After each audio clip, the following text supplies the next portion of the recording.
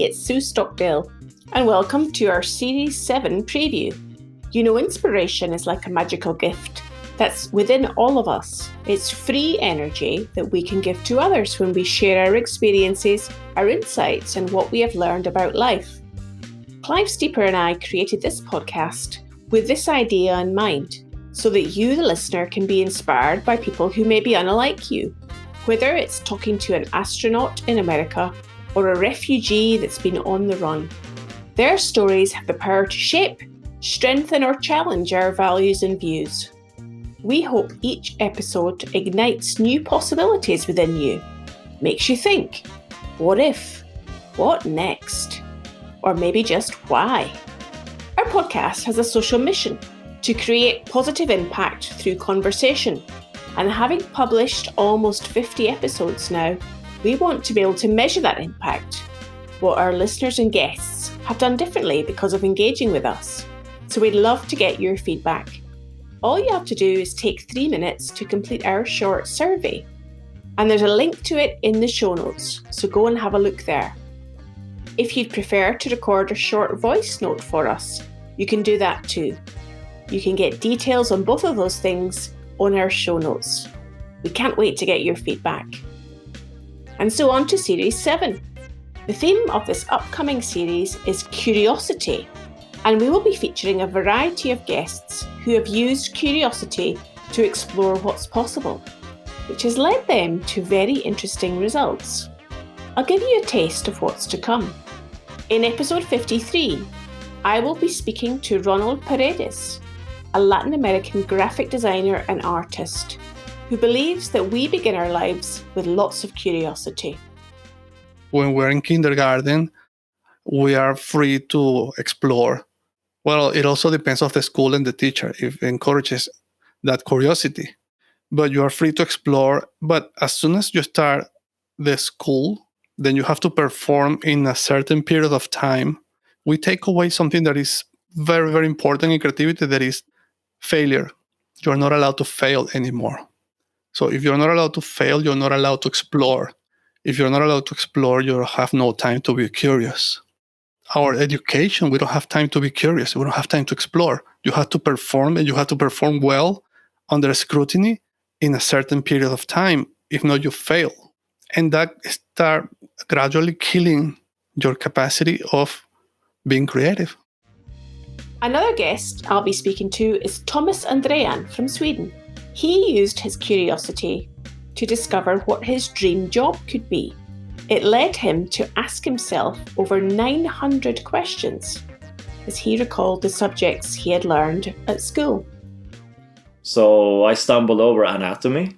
And I thought, okay, let's get 1 or 2 books out of this and start reading it and see if I remember this as well, or if it does make any sense to me when I read it.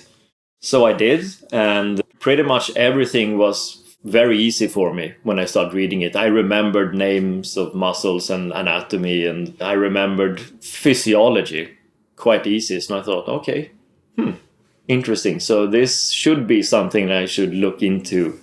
Maybe a profession within this sector of subjects would be something, since clearly it comes easy for me. So having identified the subject, I knew that this would be something I would have to do for the next 10-15 years or something. So I started writing down questions to myself. I bought a notebook and I started just randomly type down questions to myself. Easy questions where you would answer yes or no. A little bit every day. Sometimes in the mornings when waking up and having dreams, I would make questions out of those dreams and just write it down. Mainly in the evenings when I've had a whole day of experiences, I would note down questions about the day. Completely random until I filled the entire notebook, which was maybe 2.5, 3 months or something like this.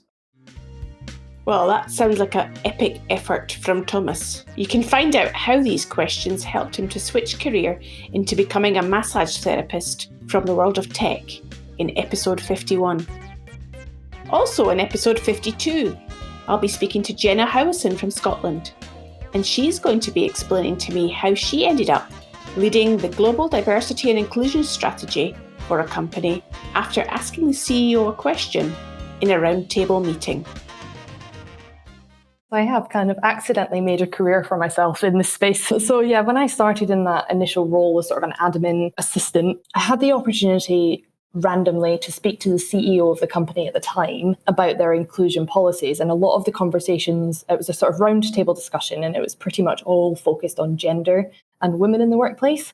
And I kind of sheepishly put my hand up because I was very, very new to the to their office, and said, "Oh, I'm actually here to speak about LGBT inclusion, not gender inclusion." And I was wondering why there's nothing here about that, and why there's no work on that. And he kind of thought about it and sort of admitted that it wasn't that they weren't passionate about it, it just was that they'd never thought about it before. So that if I wanted to see that in the workplace, I should go ahead and create it. And so with absolutely no prior experience or knowledge on how I could possibly create an LGBT inclusive workplace, I set to work. And to open the series, I'll be speaking to Dr. Nashater Deu Solheim, a psychologist and author whose TEDx talk, "What Working with Psychopaths Taught Me About Leadership," has been viewed over 750,000 times. Here's how her journey started. When I was doing my clinical training, I did a specialist placement in forensic at a special hospital, they're called in the UK, which is essentially a maximum security hospital, which is housing people who have committed offences, usually very, very violent and are considered very dangerous individuals. Hence, they need maximum security environment, high walls, barbed wire, locked doors, and intensive supervision. But they're called hospitals because they also present with a mental disorder or mental illness. And I just fell in love with the whole way of using psychology to understand what brings people into these experiences. What are their stories? What are their journeys? How can we, as individual psychologists, but also as a society, perhaps even begin to think about preventing people from having these experiences where we can, so that they don't end up committing these terrible crimes and going on to creating the harm that they do, both to others and to themselves. Nashater also explains how leaders can use curiosity. Curiosity for me is the antidote to a lack of empathy. If you're struggling to understand somebody else's perspective, get into curious mind, listen very actively, and ask very open questions. Silence actually can be very helpful, I think, in empathy. Often we feel that the best way to show empathy is to keep talking. But listening silently and allowing the other person to speak, and then see if that curiosity opens up a different perspective. And so I hope this preview has piqued your interest in what's to come over the next few weeks. We've also got a new partnership with iWorker, a social enterprise, who will be supporting the series. And you can hear more about them in the next episode. Remember, you can keep in touch with Access to Inspiration on social media. We're on Facebook, Instagram, LinkedIn, and Twitter. Just search for Access to Inspiration. On our website, you'll find transcriptions for all of the episodes, as well as a number of specific playlists. So just hop on over to accesstoinspiration.org and you'll find them all there. We'll look forward to connecting with you soon and receiving your feedback.